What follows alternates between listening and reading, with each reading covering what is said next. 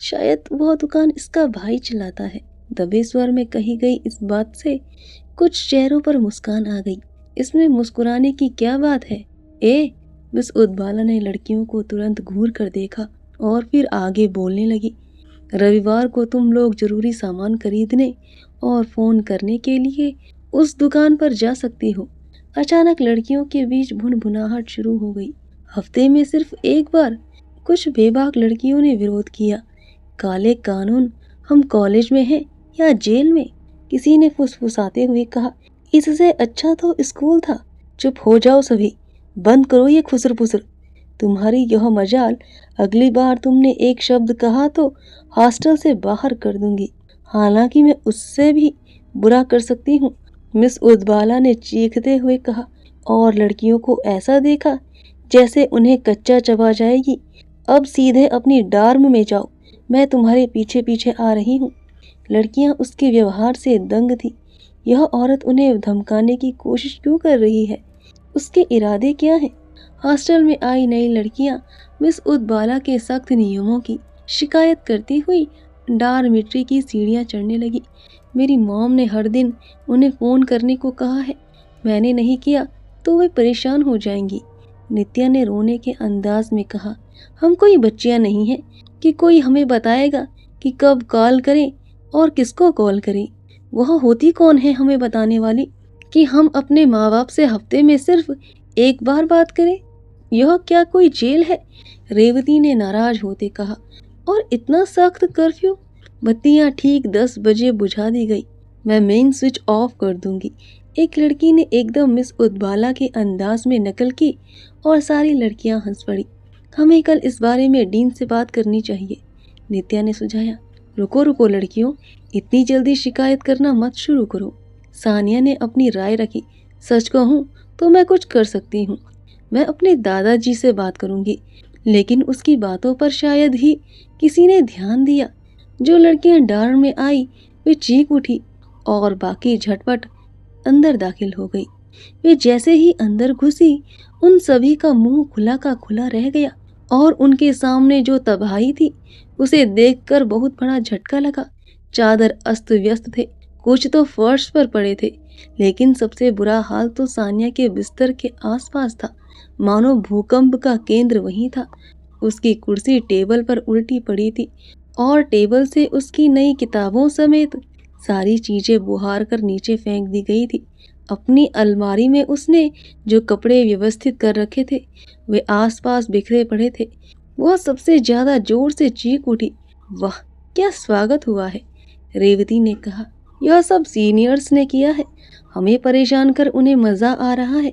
Ragging, girls college की मशहूर ragging में सबका स्वागत है। वैसे यह रैगिंग शर्मसार करने वाली या कष्टदायी नहीं है। मैंने तो बहुत बुरी बुरी चीजें भी सुनी हैं। लड़कियां वहां फैली अराजकता को ठीक करने में जुट गई। उन्होंने सफाई खत्म की थी, रात के कपड़े पहने थे और डार्म के कोने में रखे वाटर कूलर से अपनी अपनी बोतल भरी थी कि अचानक पूरा हॉल अंधेरे में डूब गया। इस आकस्मिकता ने पहले से ही दहशत में कांपती लड़कियों को और सदमे में डाल दिया। दहशत में कांपती लड़कियों को और सदमे में डाल दिया। उनकी चीखों और भयंकर किलकारियों से हॉल गूंज उठा। दरवाजा बंद करो यार, कोई तो दरवाजा बंद करो, हताशा में किसी ने मिन्नतें करते हुए कहा। मौली दरवाजे के सबसे पास है, प्लीज मौली दरवाजा बंद कर दे जल्दी। कोई दरवाजे तक गया और उसे लॉक करने की भरपूर कोशिश की। लोहे की ठोस कुंडी बड़ी और जंग खा चुकी थी, इस कारण उससे कर्कश आवाज निकल रही थी। कुछ देर संघर्ष के बाद रगड़ के साथ अपने सुराख में जाकर घुसने की आवाज आई। लड़कियों की जान में जान आई। अब वे सुरक्षित महसूस कर रही थी, नहीं तो डॉर्मिट्री कितनी खतरनाक लग रही थी। क्या 10 बज चुके हैं? किसी की आवाज आई। मुझे नहीं लगता। फिर बत्तियां इतनी जल्दी क्यों बुझा दी गई? मिस उदबाला कहाँ है? उसने कहा था वो हमारे पीछे पीछे आएंगी। मैंने उसे बिल्डिंग के मुख्य दरवाजे से पलटकर जाते देखा था। अंधेरे में अलग अलग आवाजें आती रही। फिर हिचकिचाहट के साथ किसी ने कहा, मुझे बाथरूम जाना है। तुम्हारे पास टॉर्च नहीं है क्या सामिया? रेवती जो उसके सबसे नजदीक थी उसने पूछा। सड़क पर बिजली के खंभे से आ रही हल्की सी रोशनी डायमिट्री को घुप अंधेरे से बचा रही थी। जब उसकी आंखें हाल की हल्की रोशनी की अभ्यस्त हो गई, तब रेवती को थोड़ा अच्छा लगने लगा। उसने अपने बैग को टटोला और एक टॉर्च निकाली। वह सानिया के साथ बाथरूम के दरवाजे तक गई और फिर उसे टॉर्च थमाकर अपने बिस्तर पर लौट आई। रेवती एक बार फिर अकेली और उदास महसूस कर रही थी। क्या जमशेदपुर में किसी कॉलेज के बजाय कलकत्ता के इस कॉलेज में एडमिशन लेकर उसने सही किया था? तब कम से कम वो घर पर रह रही होती। यह जगह कितनी अजीब है, लगभग दुश्मन के जैसी। उस पर मिस उदवाला किसी निर्दयी बाघिन के जैसी थी, जो उन पर टूट पड़ने के इंतजार में थी। आज का पूरा अनुभव बहुत अप्रिय था। उसे अपने माँ बाप की बहुत याद आ रही थी। कैसे कॉलेज के गेट पर खड़े होकर उसे हाथ हिलाकर विदा कर रहे थे। उसकी माँ की आंखों में आंसू थे और पापा के चेहरे पर उदासी भरी मुस्कान। पापा की बातें उसके कानों में गूंज रही थी। वह अब बड़ी हो चुकी है, उसे घर से दूर रहना है और हमें इसकी आदत डालनी पड़ेगी। वह हमेशा हमारे साथ नहीं रह सकती ना। वैसे भी एक दिन वह हमें छोड़कर चली जाएगी, जब उसकी शादी होगी। वह उन्हें कितना चाहती थी। आंसू की 2 बूंदें रेवती के गालों पर टपक पड़ी और फिर वह अचानक बिस्तर से नीचे कूद पड़ी। दूसरी लड़कियों ने भी वही किया। कुछ बाथरूम की ओर भाग रही थी, जहां से एक विचित्र सी चीख सुनाई पड़ रही थी। कुछ के टार्च जल उठे। उसने हाथ से झटपट अपने आंसू पोंछे। बाथरूम में सानिया है अकेली। रेवती चिल्लाई और दूसरी लड़कियों के पीछे भागी। उन्होंने देखा कि सानिया शौचालयों के पहले क्यूबिकल के कोने में फर्श पर हाँफती और कांपती बैठी है। हे भगवान, इसके साथ क्या हुआ? क्या हुआ सानिया? तुम्हारी तबीयत ठीक नहीं क्या? कई लड़कियों ने घबराकर पूछा।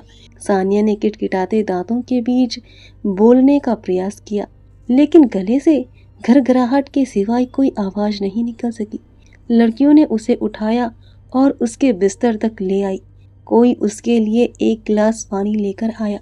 17 लड़कियों का पूरा समूह उसके आसपास खड़ा था, कांपते हाथों से गिलास को पकड़ते और धीरे धीरे उसे पीते देख रहा था। जो संभलने का प्रयास कर रही थी। रेवती उसके साथ बैठकर उसे प्यार से सहला रही थी। सानिया जिस तरह कांप रही थी, उससे वह बेहद डर गई थी। सानिया को सामान्य होने में 5 मिनट लग गए। तब जाकर उसने आप बीती सुनाई। आंखों में दहशत के साथ उसने चारों तरफ देखा और फिर फुसफुसाते हुए बोली, बाथरूम में कोई है। टार्च के साथ कुछ लड़कियां जांच करने दौड़ी। 1 मिनट बाद इनकार में सिर हिलाते हुए वापस लौटी। बाथरूम एकदम खाली है। नहीं, बाथरूम में कोई था। सिसकियों के बीच सानिया अपनी बात पर अड़ी रही। मैं जब उसमें से एक टॉयलेट में थी, तभी दरवाजा खड़खड़ाया। फिर बेहद अजीब सी आवाज, जैसे जैसे भूत के जैसी। आवाज ने बार बार कहा, मार डालो, मार डालो।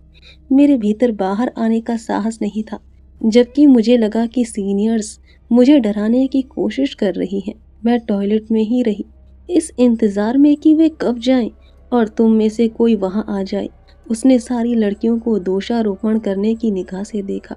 उसकी आंखें रेवती पर आकर ठहर गई। तुम्हें नहीं लगा कि मुझे बाथरूम में कुछ ज्यादा ही देर हो रही है? लड़कियों ने एक दूसरे को देखा और इनकार में सिर हिला दिया। किसी ने भी परवाह नहीं की।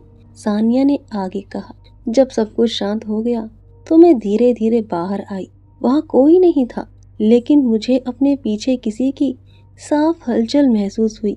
मुझे यह भी लगा कि कोई मेरी पीठ छू रहा है और फिर बाल खींच रहा है। मैंने पलटकर उसे देखना चाहा तो वहां कोई नहीं था।